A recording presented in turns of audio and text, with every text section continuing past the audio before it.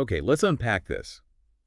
Welcome to today's deep dive, where we are taking a really close look at a fascinating approach to therapy Yeah. and communication. And human connection, really. It's an incredibly rich framework we're looking at today. Yeah, exactly. So we are pulling our insights today from a really detailed guide developed by Rupinder Kaur.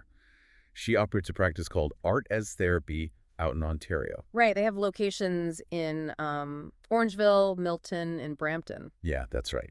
And our mission for this deep dive is to explore how art therapy acts as this really unique, completely judgment-free bridge for neurodiverse individuals. Which is such an important topic. It provides this wonderful window into a very specific kind of care that challenges, well, a lot of traditional assumptions about how we process our internal worlds. Right, and specifically, we're going to zero in heavily on teenagers with autism. Yeah. We really want to look at how they navigate the immense stress of adolescence and how they build their identity through this medium. And we also need to break down how this therapy doesn't just operate in a vacuum. No, not at all. It actually latches onto and beautifully complements other existing supports a teen might be receiving, like occupational therapy or speech-language pathology. Yeah, we're going to get deep into that. But if you were listening to this right now, you might be wondering, how does this actually apply to my life? Well, whether you are navigating neurodiversity within your own family, or maybe working in an allied healthcare or educational field,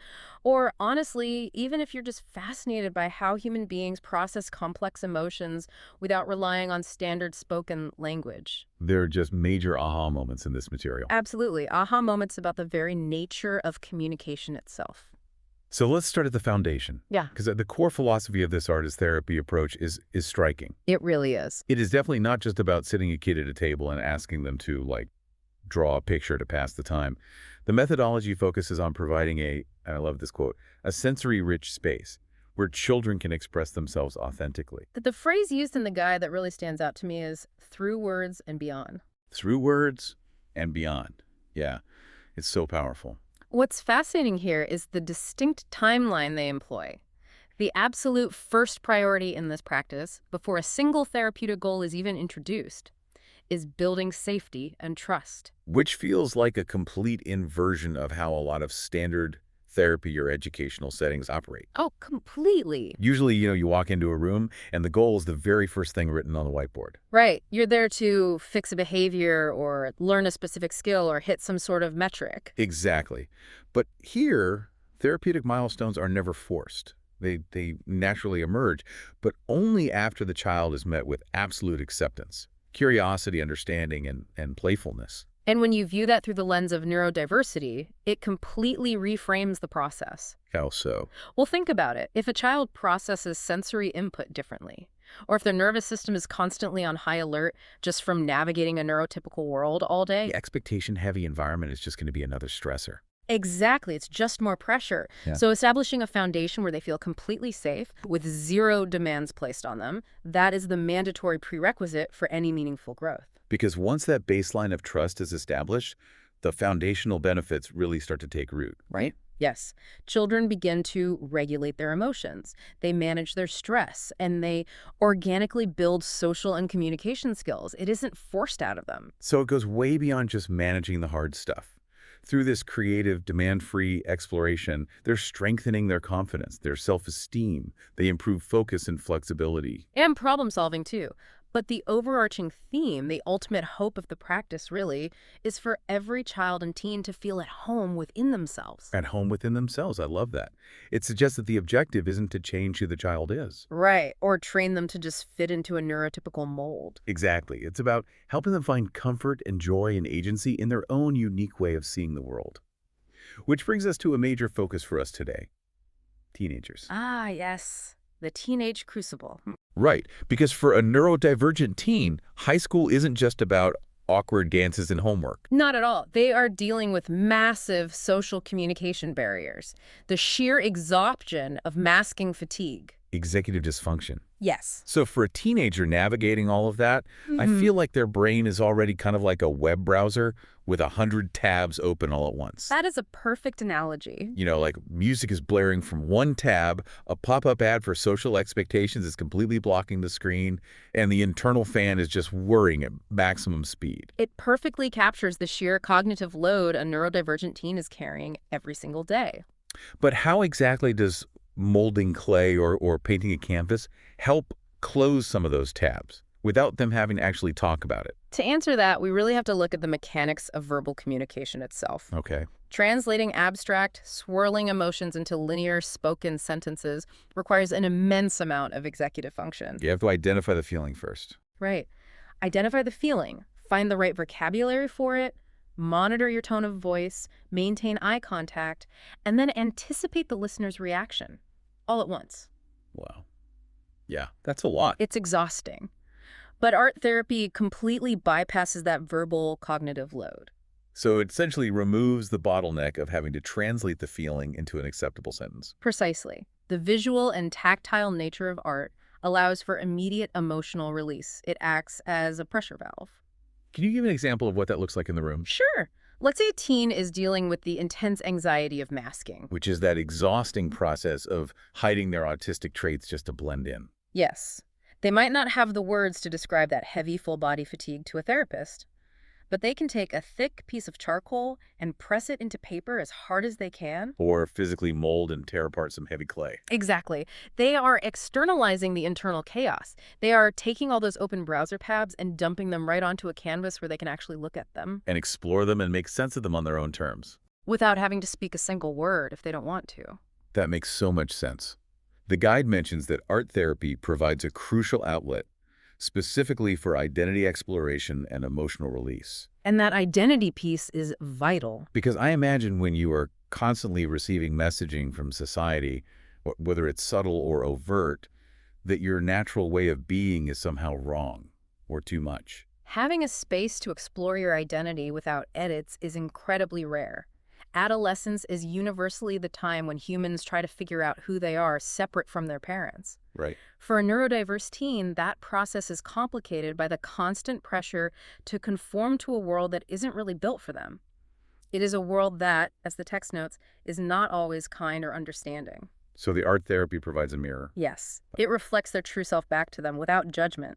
When a teen creates something in that space, the therapist isn't grading it or correcting it. That validation must be huge, seeing their unedited self actually accepted and celebrated. It's a profound confidence builder. It helps them solidify their identity. What's really brilliant about this methodology, though, is that it isn't trying to operate in a silo. No, and it shouldn't. It recognizes that art therapy isn't some magic wand that works in isolation. It's part of a much larger ecosystem of care. The guide notes that these registered psychotherapists actively collaborate with allied professionals and school staff. That collaboration is key. But here's a question that comes to mind. The guide mentions art therapy, complementing things like applied behavior analysis or ABA. Right. But ABA is highly structured. It's very data-driven and incredibly goal-oriented, while art therapy, as we just discussed, is completely self-directed and play-based. It seems like a contradiction at first glance. Yeah, exactly. How do those two totally different approaches actually work together without completely confusing the teenager? If we connect this to the bigger picture, it is all about recognizing that a neurodiverse teen isn't just a collection of isolated challenges to be addressed one by one. They're a whole human being. Exactly. The reason this collaboration matters so much is that different therapies serve entirely different neurological needs. Okay, so how do they fit together?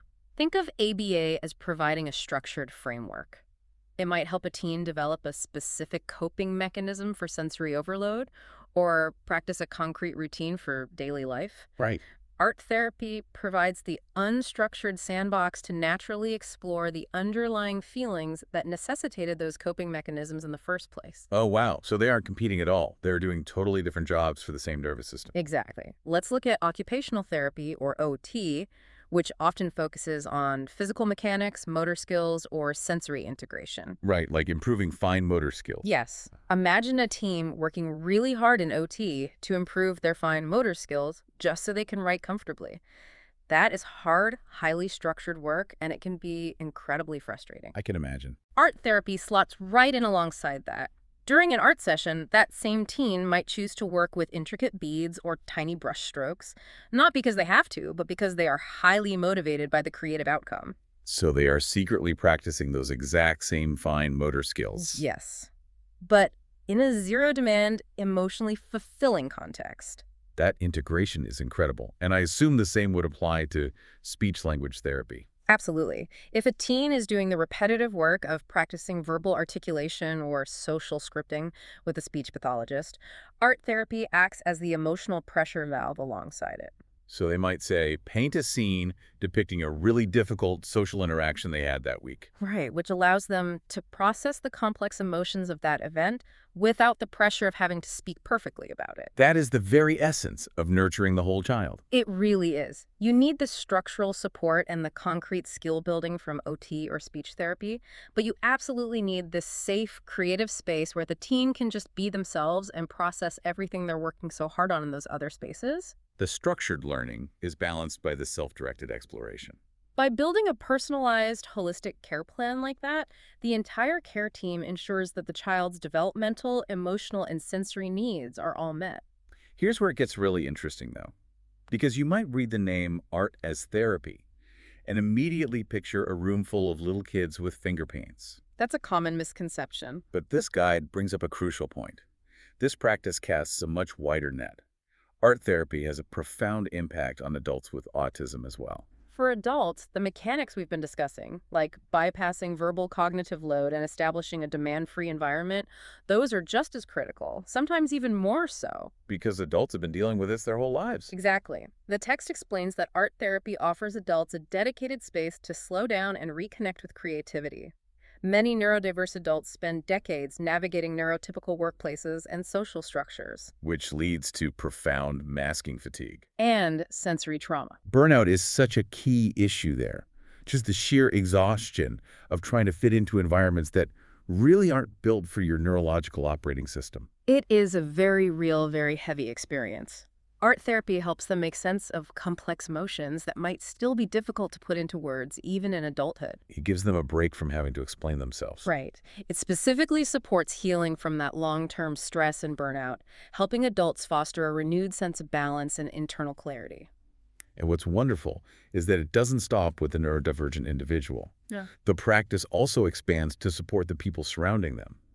It pivots beautifully to the parents. It's so necessary. There's a phrase in the source that really captures this dynamic perfectly. It describes parenting a neurodiverse child as both beautiful and demanding. Anyone listening who is in a caregiving role will definitely feel the weight of that phrase. Beautiful and demanding holds both of those truths simultaneously. To address that demand, this practice offers what they call dyad therapy, which is parent-child therapy, alongside individual parent support. It essentially gives caregivers their own judgment-free space, a space to regulate their own nervous systems. A place to process their own complex emotions, find calm amidst a lot of unpredictability, and really just recharge. It leans heavily on the principle of putting your own oxygen mask on first.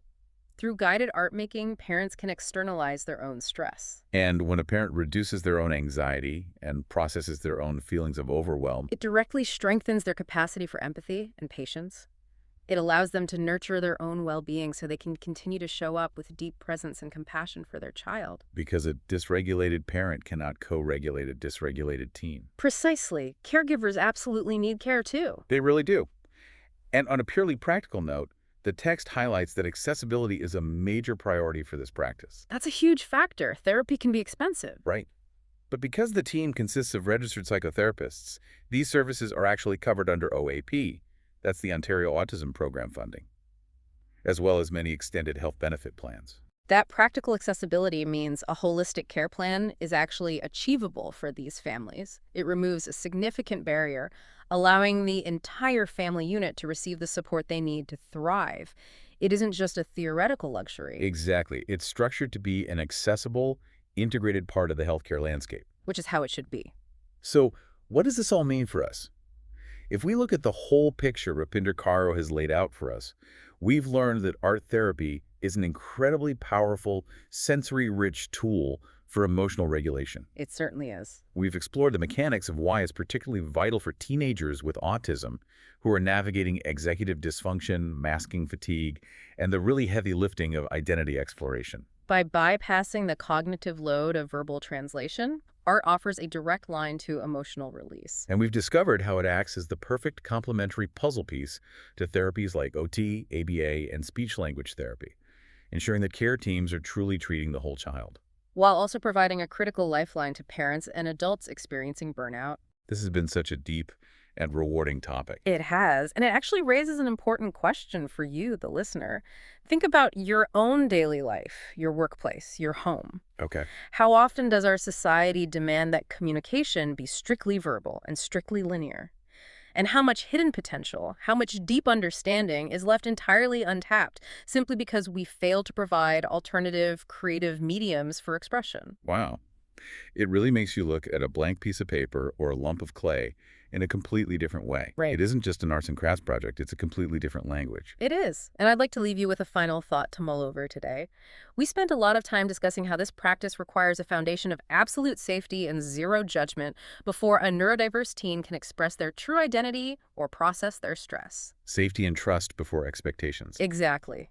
If establishing that baseline of safety and trust before expectations is the mandatory prerequisite for them to open up, how might applying that exact same rule transform the way we communicate in all of our everyday relationships? Fun to definitely think about. Thanks for joining us on